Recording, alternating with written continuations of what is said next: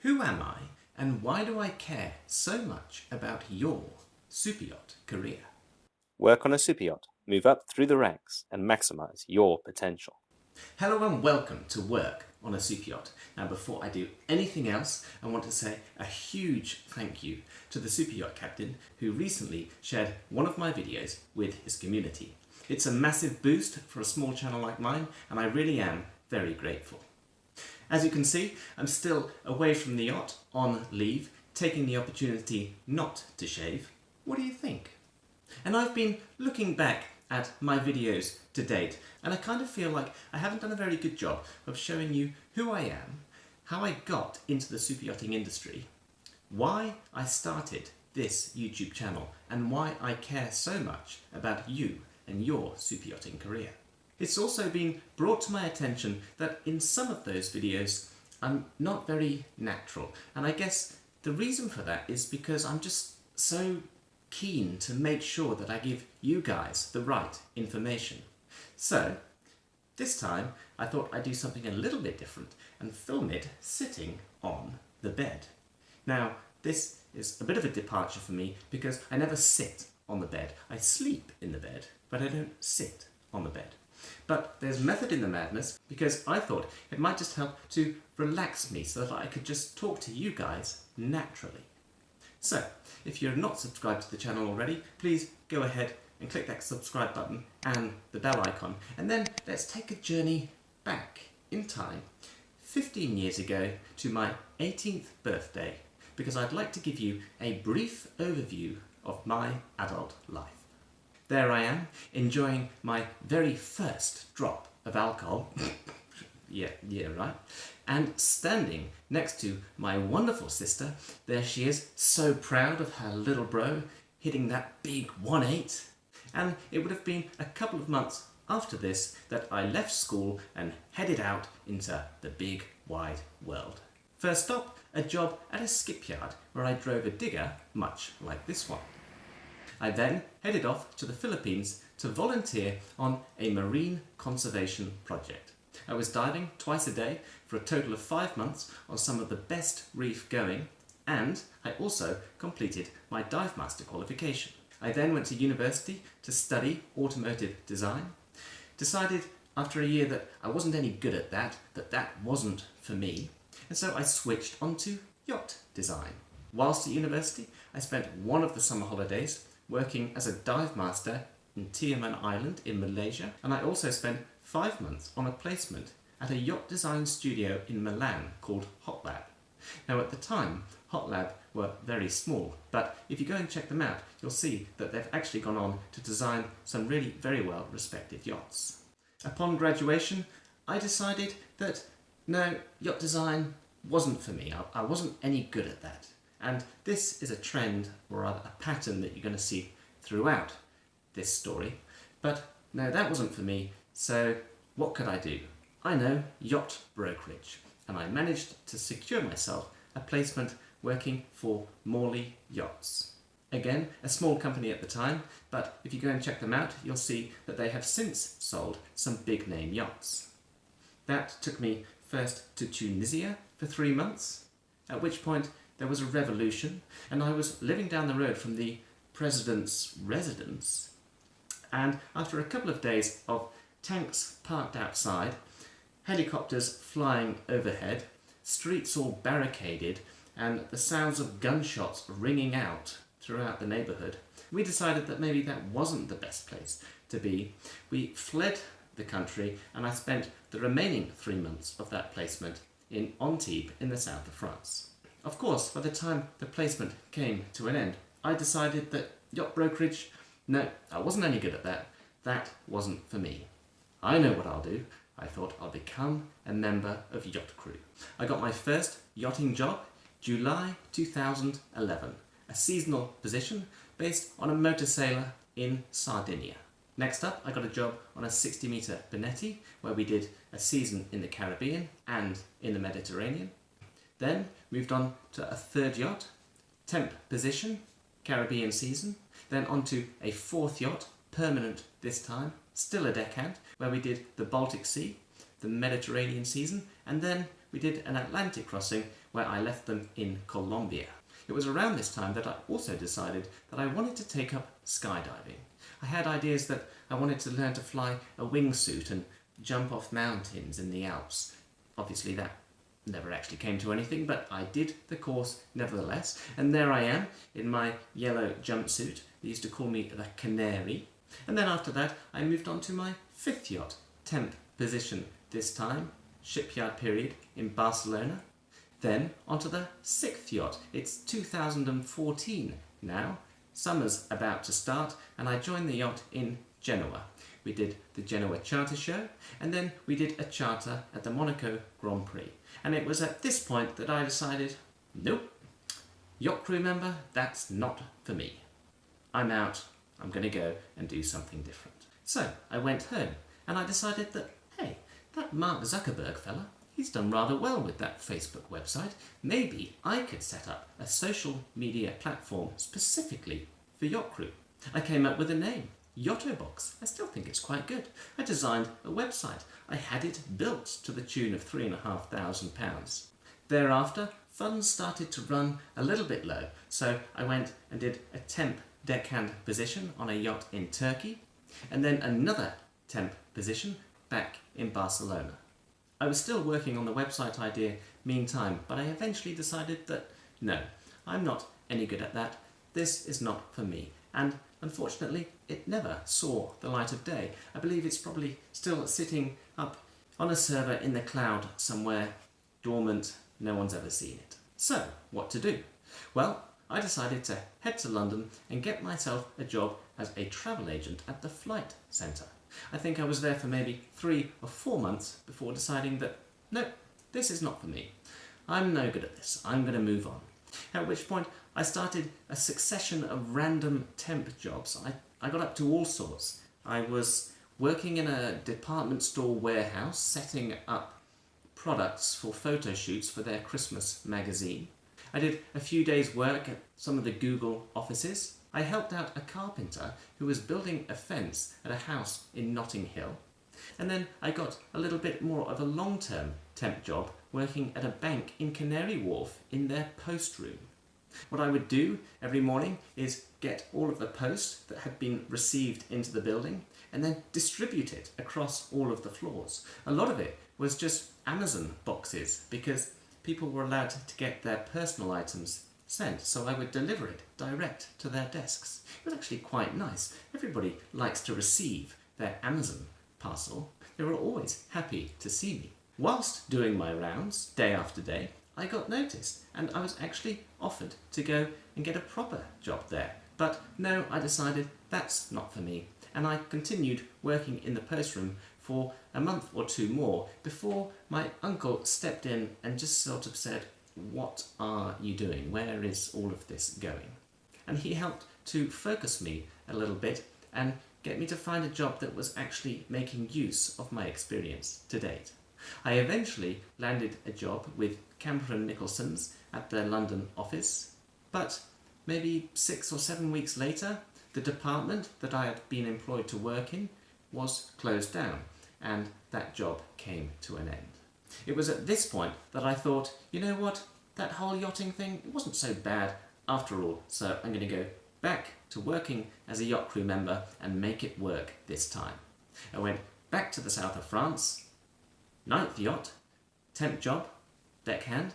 Then I got a permanent job as a lead deckhand, did the Mediterranean season, got promoted to bosun, went and did the Caribbean season, and then I decided that maybe bigger yachts weren't so much for me. So I decided to go and do my MCA Master 200 exam, and while studying for this, I also took a temp lead deckhand position on a yacht in Barcelona before finally passing the MCA Master 200 oral exam and landing my current job as first mate. Whew! And that's it. That's the history so far.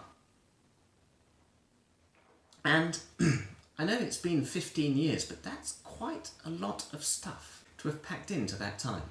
Actually, I don't think this water is going to sustain me for the rest of this video. Let's go and grab a coffee.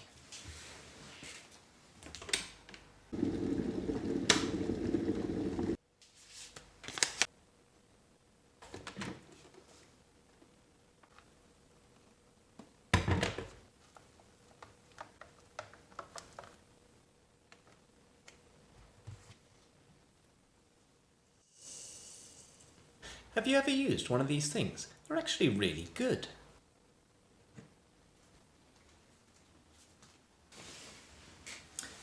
Right, that's much better. So, why on earth am I telling you all of this? Well, apart from the fact that I think it's a good idea that you have an idea of my experience when watching some of my other videos, it's also important to note that the pattern of this story is not unique to me. This is because your crew members often fall into the yachting industry. They get disillusioned or maybe unhappy with life at home, and they hear about it either from a friend or they see a post online and they think, yeah, I'm going to go and do that. I'm just going to get away from it all and try something new. Nothing wrong with that at all, but as a result, they don't necessarily go in with much of a vision of where it's going. Of course, we'll write on our CVs that we want to be a captain or a chief stew, but we don't really have any idea of what that actually entails, and as a result, we're not really committed to attaining that goal. Now, in the short term, that works absolutely fine. The money, the excitement, the travel, that more than makes up for it. But after a few years, the novelty starts to wear off, and the missed birthdays, Christmases, weddings with friends and family, it all starts to take its toll.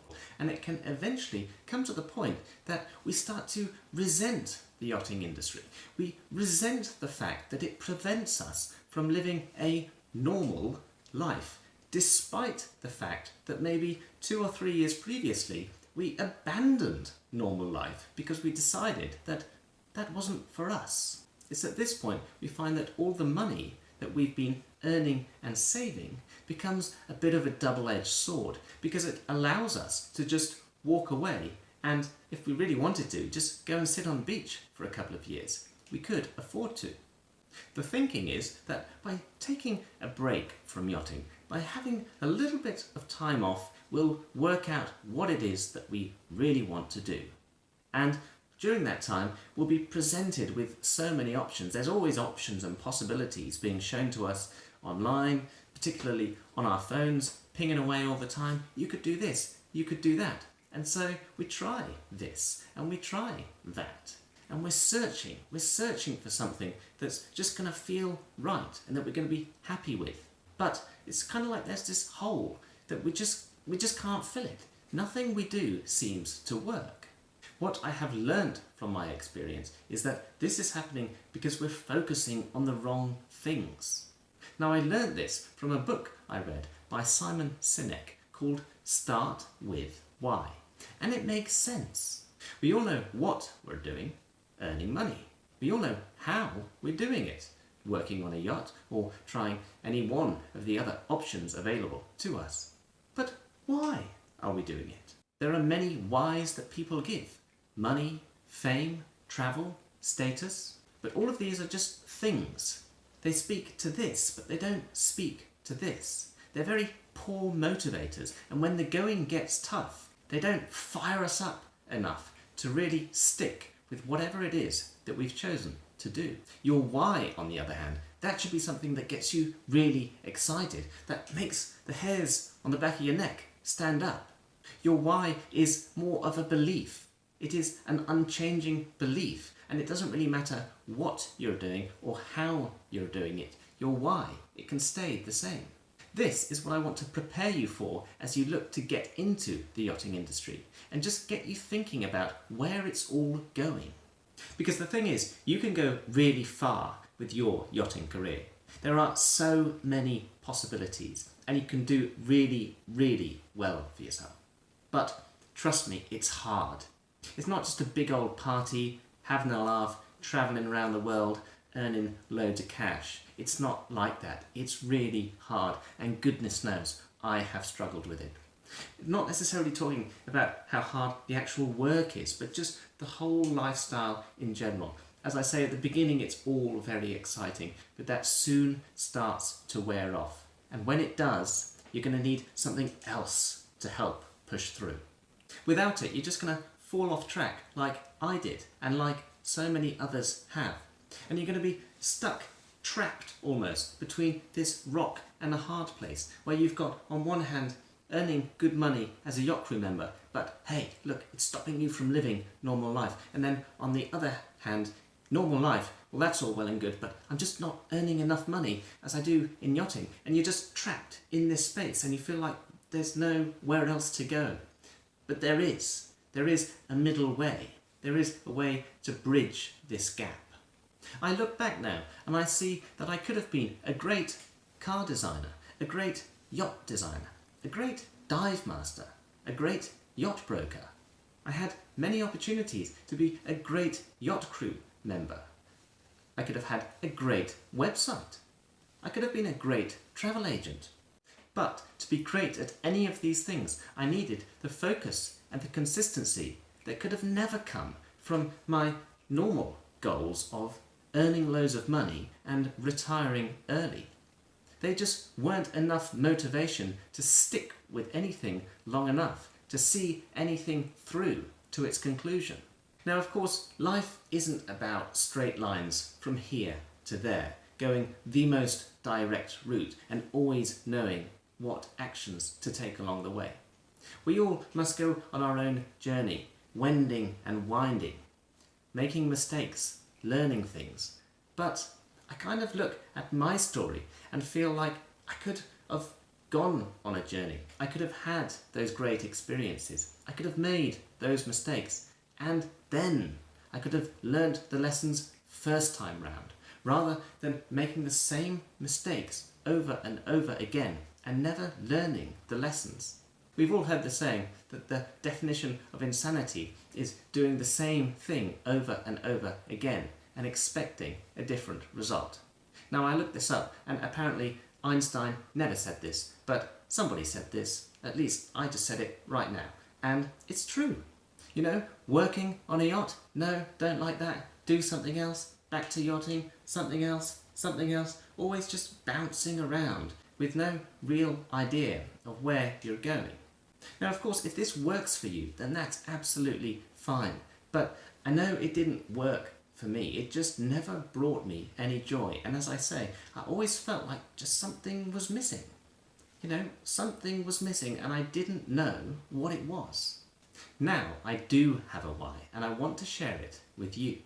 My why, my vision, is to be able to use my skills, experience and money to help others achieve their maximum potential. And when I say it, I just know I'm on to something, because it speaks to this. I literally get goosebumps when I talk about this sort of stuff. Now, the what and the how that supports this why might change, but for now I know that my role as a Superyacht deck officer and building this YouTube channel supports that why. And so when I have bad days, when the going gets tough, when I'm getting all stressed out and I don't know what video to make, or I've had a bad day at work, things haven't gone the way that I planned, at least I can look to this higher vision. At least I can look and think, it's worth it. It's worth it. And that is something that the goals of money and status could never give me. Rather, when the going got tough, it was easy just to walk away and say, you know what? It's not worth it. There's no point. I'm not doing it. Thank you so much for watching. I hope that this video fills in some of the blanks, that it helps you to get to know me a bit better, and that it helps you to understand where I'm trying to go and what I'm trying to do. I'm really not trying to put anybody off here, but rather just prepare you, because if you go in prepared with the right attitude, you can do really well and really maximize your potential. So please, if you have any questions, just leave them down in the comment section below, or if you'd rather keep them private, you can email me on workonasuperyacht@gmail.com, or you can connect with me on Instagram and you can message me there. Next week, it's back to the yacht, where I'm planning to do something a little bit more practical for you. As always, a like would be fantastic, a sub would be amazing, and as I think you all know by now, I very much look forward to seeing you next time.